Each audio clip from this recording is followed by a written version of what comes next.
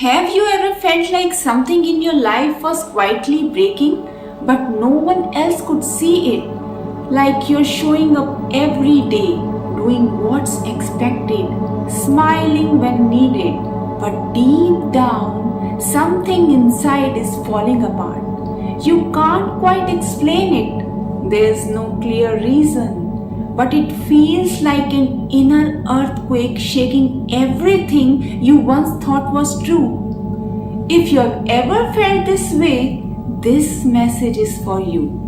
Because what you are going through isn't madness, it's not weakness, it's not punishment.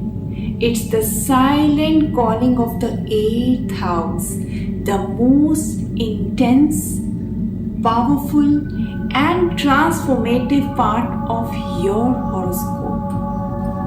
Most people don't talk about it, and if they do, they speak with fear. It's the house of death. It's bad luck. Something always goes wrong here. But what they don't tell you is this: the eighth house is where your soul wakes up. Not through success, not through love and light, but through silence, darkness, surrender, truth. This house is the cave of your inner transformation. It rules all that is hidden from the surface, the trauma you never spoke of, the fears you push under the rug, the desires you judge within yourself, the losses that changed you, the strength you didn't know you had, and the mysteries you have always felt but never had words for.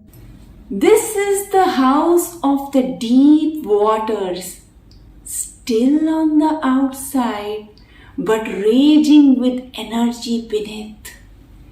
It governs death, not always physical death, but the death of the ego, the death of illusion, the death of the false self, so that something raw, real, and sacred can be born.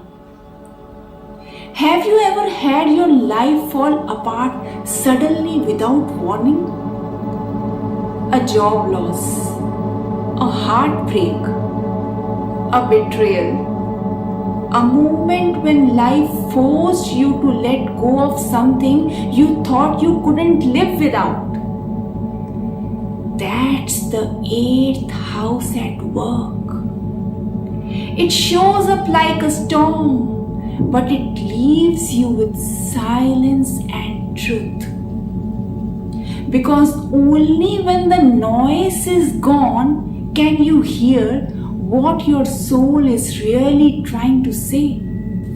In Tantra, this house is revered. Tantra doesn't teach you to escape the pain. It teaches you to enter it with full awareness. It says, sit in your darkness and light will be born from within. The eighth house is the space where Kundalini energy begins to stir. Not through yoga poses, not techniques, but through raw emotional honesty. It's the place where your body starts to remember what your soul came here to do. It holds the codes of ancient energy of rebirth of the unseen. It rules the occult, but not just rituals or mantras. It rules the transformation of the self. Let me share something real.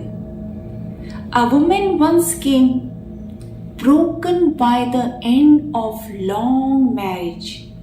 She had Moon and Rahu in her 8th house. She told me, I don't know who I am anymore. I gave everything and now there's nothing left. But through that nothing, she met herself. She began to meditate, to cry, to heal, to breathe again, not for anyone else, but for herself. Today, she teaches sacred feminine healing to hundreds of women.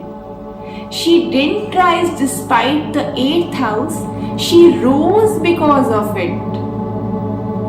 This house will not give you easy gifts. It won't hand you success on a platter. It doesn't make things look good. It makes things real. It strips away what's fake, what's borrowed, what no longer serves you. And in return, it gives you something priceless. Depth, power, truth, presence, awareness, Shakti. And yes, it's not easy. The eighth house brings intense experiences, but it also brings the strength to handle them. It may bring breakdowns, but it also brings breakthroughs. It rules secrets, but also intuition. It brings you face to face with betrayal, but also trust in your own inner knowing. It may bring silence, but in that silence, it introduces you to your soul. So if you are listening to this right now and thinking, why is this happening to me? Why do I keep losing what I love? Why do I feel things so deeply when others don't? Please know, you are not cursed. You are being carved.